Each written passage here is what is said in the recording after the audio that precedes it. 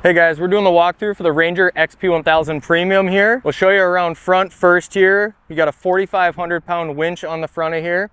It's got auto stop. You also have free spool on the right hand side here. You just have to click that to turn it on and off. So on the hood here, to take this guy off, you're just gonna undo both of these guys, lift, and bring it back towards you. You got your coolant in here, coolant fluid, bunch of different hookups for electronics up there, light bar, accessories like that. To get this guy back on here, you do have two tabs on the bottom here. Just gonna slide into these two slots here and here. And then lock it down again. Then we'll take a look at the inside of the machine here. So looking at the middle, you got your USBs right down here, 12 volt hookup, and battery tender down there. You got a couple of different modes here. You got your work, standard, and performance modes right here. You've also got your different four-wheel drive options. You've got turf mode on the low end here. You got your two-wheel drive, and then you've got your four-wheel drive. Shifter right here. Steering wheel does adjust on a tab underneath here. You can swivel it up and down however you'd like. And on the left side here, we got our winch controls. We've got our out and in. And then we got our different light modes, low beams, high beams, and then off. Got cargo nets on the side here to keep everybody inside while you're riding down the trails on both sides there. Looking at the dump box here, to extend this, you're just gonna lift this handle here, lift her back. You got access to the whole engine here. Pop over to the other side. Right here, you're gonna have your oil fill on top. Right down in there is gonna be your oil filter. Got your oil check right down on the side right here.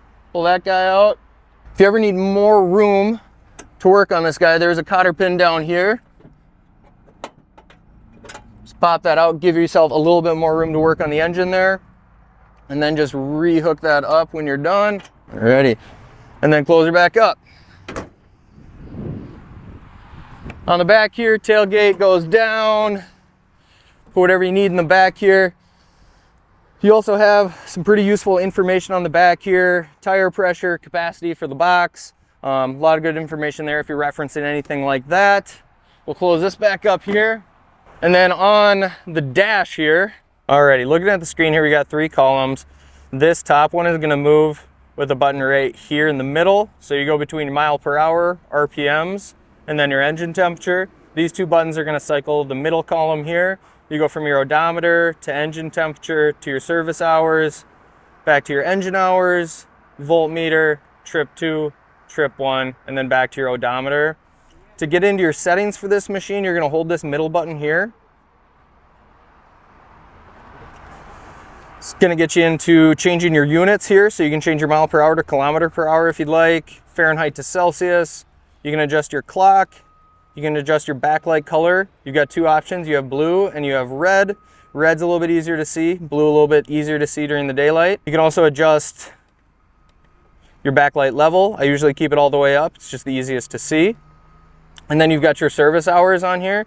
So if you ever need to adjust this, there's gonna be a 100-hour service interval. So you can always click on that and adjust it up or down, however you'd like. We'll keep it at 25. There is a 25-hour break-in period for this machine. Basically what you would do is split that into two 12.5-hour periods. The first one, you'll be running the machine up to about half throttle, varying the throttle as much as you can in between there. And then for the second 12.5-hour period, varying the speed from 3/4 throttle down to 0 and varying it in there again. After that, it's gonna be your first oil change, check on a few components, so you can bring it back into us. Otherwise, you can do it yourself if you'd like to do the oil change, all that good stuff. So you do have two glove boxes on here. This first one is just on grommets, so you can just pull it up.